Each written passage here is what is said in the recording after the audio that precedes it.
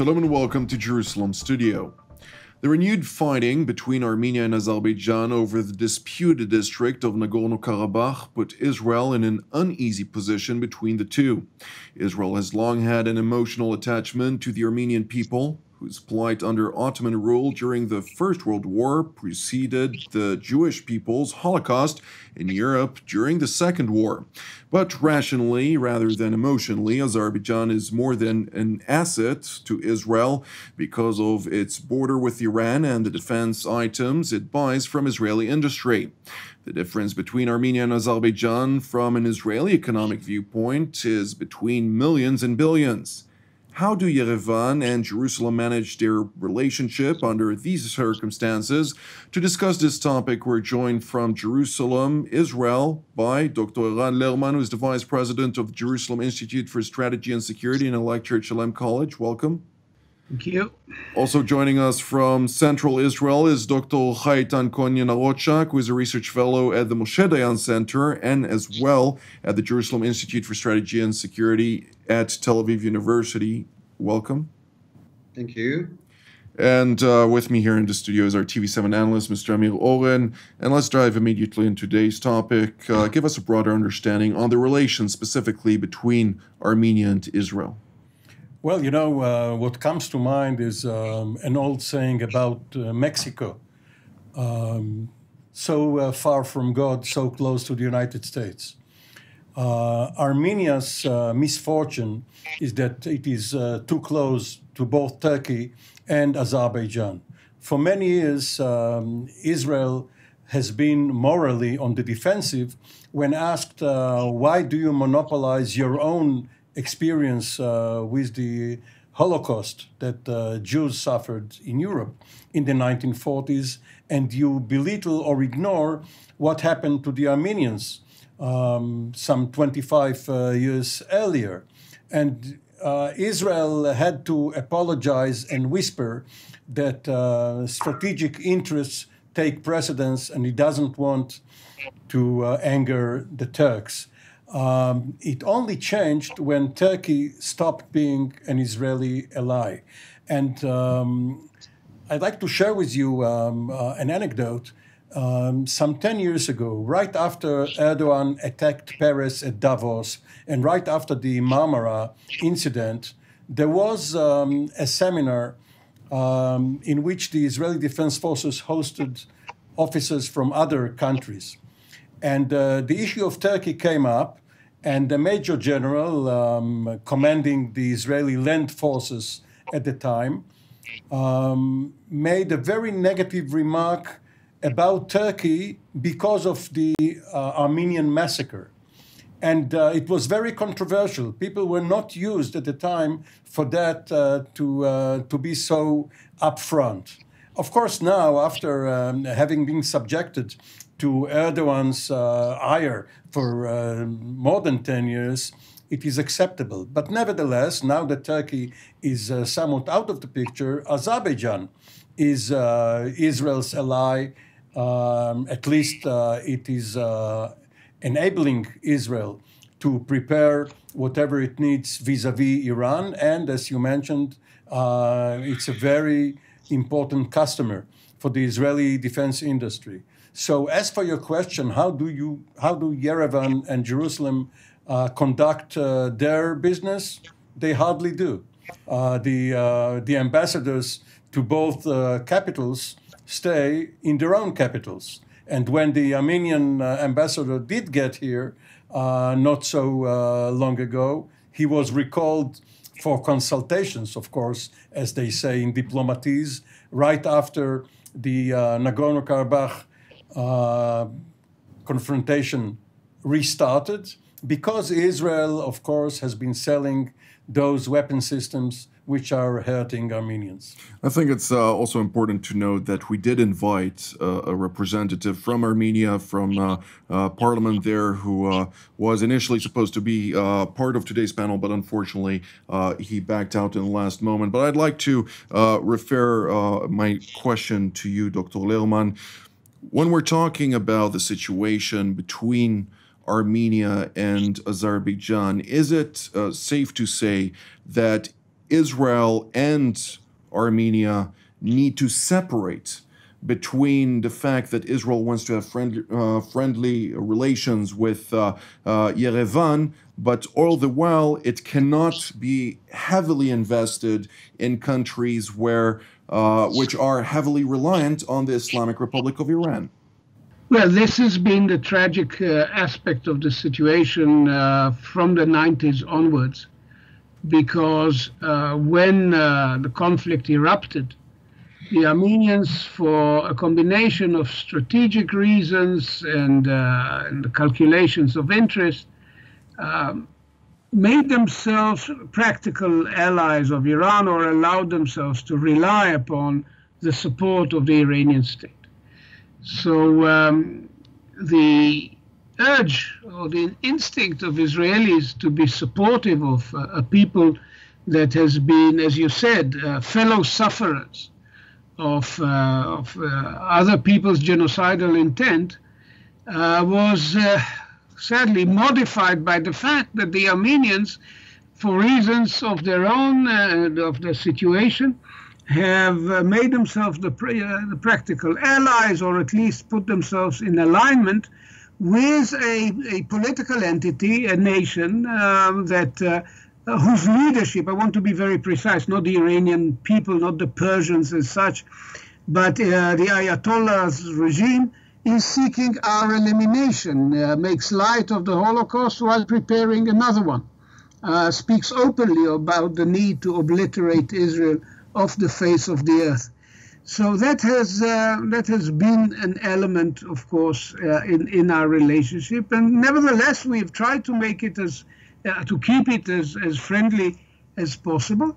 But I have to be very frank. You are right to say that Azerbaijan, and not for reasons of gain for our military industries, that's the other way around. Our military industries have engaged with Azerbaijan in support of a strategic relationship, and that strategic relationship is absolutely vital for a number of reasons. Of course, it's always been important for Israel to make inroads in the Muslim world, but it is also the location of Azerbaijan and the historical tensions between Azerbaijan and Iran that have made the Azeri connection so vital for Israel in the last 25 years. Tensions that have not alleviated after the supreme leader of the Islamic Republic, Ayatollah Ali Khamenei, became the number one power in Iran, despite having a Azeri background himself. But I'd like to refer the next question to Dr. Cohen Yanarocak.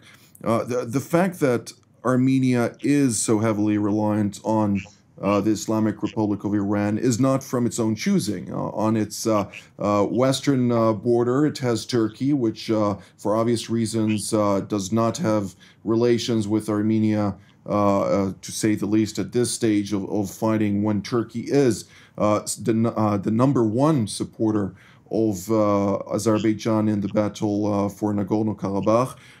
On its northern border, there is Georgia, who does not permit Russia to transport weapons into Armenia. On its eastern border, it's obviously Azerbaijan, and on its southern border, the only open border for military support and such is the Islamic Republic of Iran, and therefore it doesn't really have alternatives to rely upon when we're talking about this. This, of course, has brought reality to somewhat of a difficult position, not only for Israel, but also for Armenia, which obviously demanded from Israel, for its reasons, to stop supplying Azerbaijan with weapons. But it hasn't done so from the top three supporters of Azerbaijan, which include, at this stage, Russia, as well as Turkey, of course, and South Africa, with Israel only listed fourth, and then continuing, even the United States supports Azerbaijan. So why is this signaling out of Israel so vocal in Yerevan, rather than basically establishing dialogue and understanding the geopolitical and realpolitik, unfortunately, of the current circumstances? Well, from my understanding, the name of the game here is the sophisticated Israeli weaponry that it is changing the balance of power in Caucasia. Let us also not underestimate the latest weapons purchased from Azerbaijan from Turkey. They also received Bayraktar UAVs that they are constantly bombarding the Armenian tanks and other armored vehicles. So we also have to look at the Azerbaijan's expenditures of the defense budget. Since 2010, we are seeing an extremely increase in Azerbaijan's weapons budget. And we are seeing that Russia, Israel, and Turkey are the most important suppliers there. The thing here is the sophisticated drone technologies of Turkey and also the Israeli drone technology changed the balance of power in Caucasia, and that's why, from my understanding, Azerbaijan made necessary calculations and launched this operation in order to recapture its own occupied Nagorno-Karabakh. Of course, from Azeri point of view, it's recapturing the occupied Nagorno-Karabakh, and from the Armenia's perspective, it is the historical ancestral homeland called Artsakh. So from both of the nations, from their own perspective, they are very right, but also we should underline the fact that the international law is favoring Azerbaijan. Indeed. Mr. Oren, however, when we're looking at the situation in Armenia, they are urging, their counterparts in Russia, for instance, to take a more active involvement, their number one ally, with a foreign minister, Sergei Lavrov, who is also from Armenian background. And Moscow is quite clear about its reluctancy to actually dive into the situation there, and it doesn't really recognize the Armenian claims. Why is that? Well, I'm not sure that the emphasis you are putting on the extraction, whether of Khamenei being of Azeri extraction, at least partly, or Lavrov being of Armenian extraction, is germane. Kissinger was Jewish, and it was a problem for him in dealing with the Middle East. He didn't want to, as long as he was National Security Advisor, at least not openly, when William Rogers was Secretary of State. And in fact, people maybe suspect of helping their kinfolk, and therefore it is not really that relevant, especially since Lavrov is not a policy maker. He is, of course, an implementer of Putin's policy. But the whole Russian view of the South Caucasus is going back to the Soviet Union time. They want a belt, a southern belt of what they used to call minorities around the Russian core, Russian, Belarus, Ukrainian, the bigger Rus countries, what they now call the near abroad, but was earlier within the Russian or the Soviet system. And they don't want to have real peace between Armenia and Azerbaijan. They want the conflict there to simmer. They don't necessarily want war. War is dangerous for everyone. But they want to be the dominant force in the region. And as we are talking about that, Israel is secondary. Now, the question of the drones, which Chai brought up, has to do with the fact that air forces are very, very difficult to operate. You need good pilots, and you need good maintenance. These are two factors which are quite rare in semi-developed militaries. And therefore, if you have a drone and you have operators, not only trainers who trained your operators, if you have operators, which is one charge that Armenia had against Israel a few years ago, that the Israelis not only taught the Azeris to operate the drones, but actually, at least during one demonstration, operated the drones, and the drones hit an Armenian outpost. So this is very sensitive. The fact that Israel, because of its sophistication, can tip the balance. Indeed. Dr. Lerman, when we're trying to identify, and the reason I brought Russia into the picture was mainly because Russia is always very focused on realpolitik rather than feelings and sentiments. But here specifically, the Russians have been heavily invested in supporting both Azerbaijan and Armenia. At the same time, militarily, they have an extensive military industry in both countries. But it does not really provide those countries with the highest level of sophisticated weaponry. Thus, as Mr. Oren just stated, and also Dr. Cohen Yanarocak also noted earlier, the Israeli entry of sophisticated technology into Azerbaijan was primarily aimed, and correct me if I'm wrong, to bolster the qualitative military edge of Azerbaijan vis-a-vis Iran. Is that something that can be said as correct, or is this more to it than just the Iranian problem? We have to go back to the mid-90s. The Azeris suffered a very bitter defeat, military defeat. The Armenians were quicker on their feet, better organized in the post-Soviet era, did enjoy a certain degree of Russian support at the time. Azerbaijan, under an aggressively secular leadership, was considered hostile by the Iranians. So the Iranians also helped the Armenians, and the result was that a region of Azerbaijan, under the borders as organized in Stalin's era between the various Soviet republics, an area that belongs to Azerbaijan under law, was conquered and held now for a generation by the Armenians. It's true that was majority Armenian. There was afterwards, to some extent, even some ethnic cleansing on both sides. There were enclaves that have been eliminated, and so on and so forth. But it was clearly a matter for the Azeris of a deep national grievance for the Azeris. And therefore, they felt the need to build up their capacity to at least come to the table again. And I deeply hope that it will be negotiated now, to come to the table no longer from a position of weakness.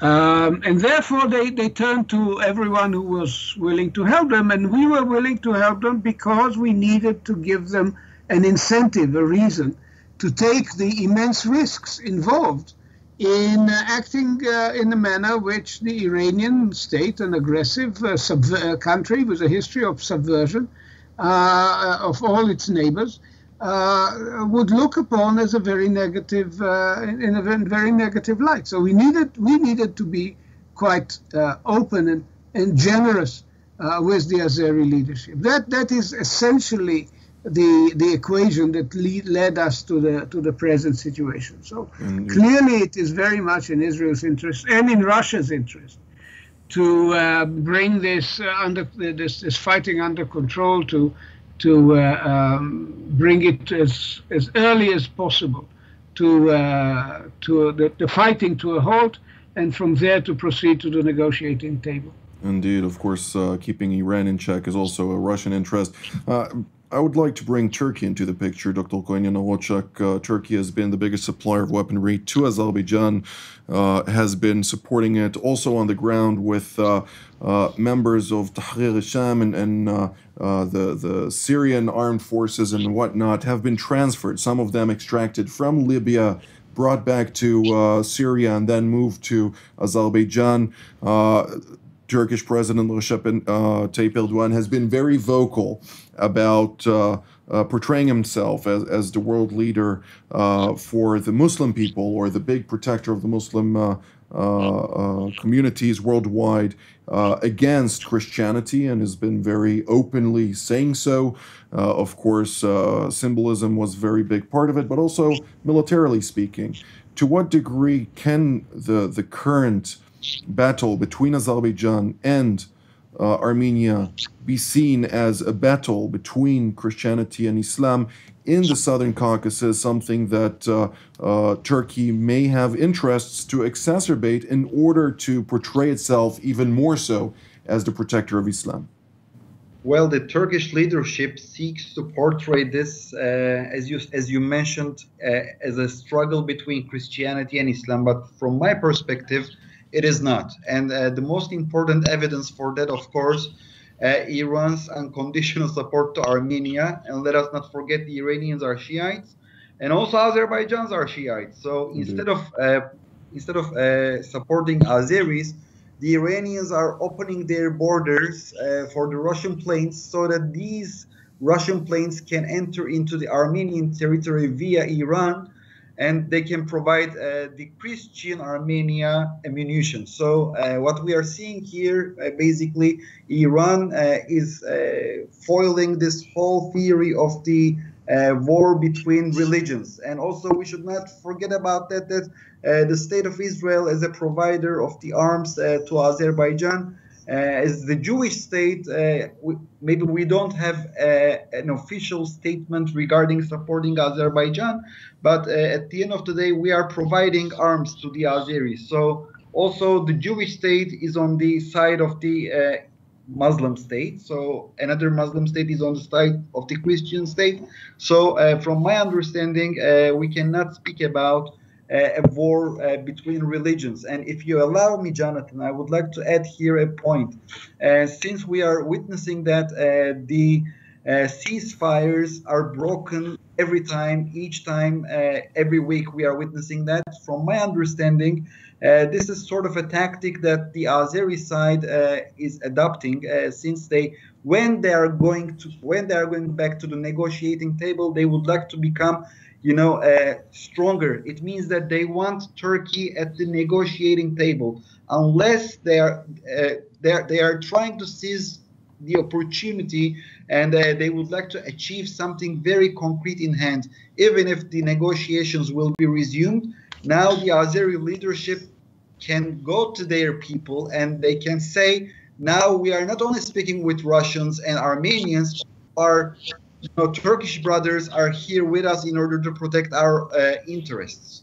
Indeed, even though this might not be something that the Minsk group of France, Russia, and the United States would agree to, considering that they don't really view Turkey as much more than a regional power for that matter. But Mr. Oren, I'd like to come back to Yerevan-Jerusalem relations proper.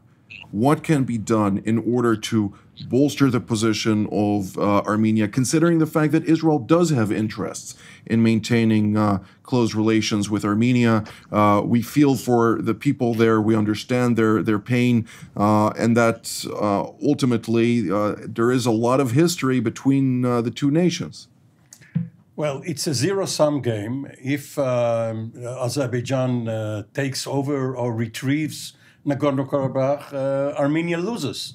One can hardly see any solution, a condominium or some sort of shared power there. Neither side would agree to that. So what the Israeli government can do quietly is to find out from the Armenians what their end game is. What do they really want to achieve this time? What will satisfy them? And then use Israel's connections with both Washington and Baku and try to get some deal out of it.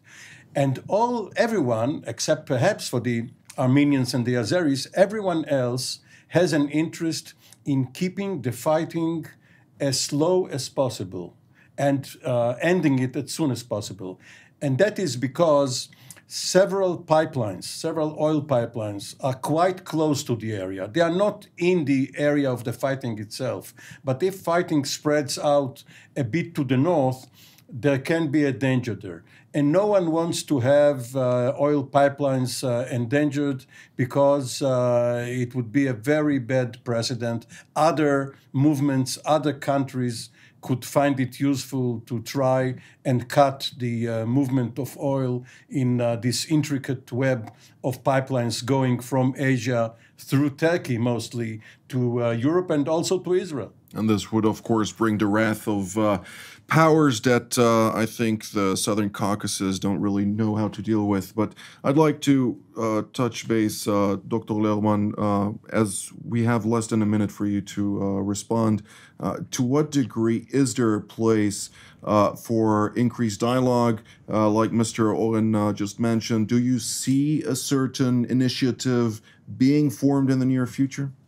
Look, we have over the years been in dialogue with countries which were selling arms, very sophisticated arms, to neighbors who were not our friends, including the United States selling arms to countries which were still in conflict with us, or at least did not make peace with us, like Saudi Arabia. And that has been the situation for years. So I would hope the Armenians can overcome their current sense of frustration, and which is perhaps understandable, and look upon Israel as a country that can utilize its position to open channels, to promote a peaceful solution and a negotiated compromise. We are open to such compromises in our context, and I think it is necessary for both the Azeris and the Armenians to be open to them as well. The fighting, other than bringing about senseless destruction and loss of life, has not made that much of a difference on the ground. I think it is perhaps our duty to look for opportunities to open back channels, to help both sides open back channels so it can be settled peacefully. This is all the time that we have for today, so I'd like to thank Dr. Lerman, Dr. Eytan Cohen Yanarocak, and Mr. Oren for being in today's panel. And I'd like to thank our viewers as well, and we will see you next time. You just watched TV7 Jerusalem Studio. We encourage you to pray for the challenges raised in today's program. If you were blessed by our production, please consider supporting TV7 Israel. The details of our respective bank accounts for donations from Europe and the United States appear on the screen. Your generosity allows us to continue to serve God's calling, to broadcast content that truly matters through TV7 Israel from Jerusalem.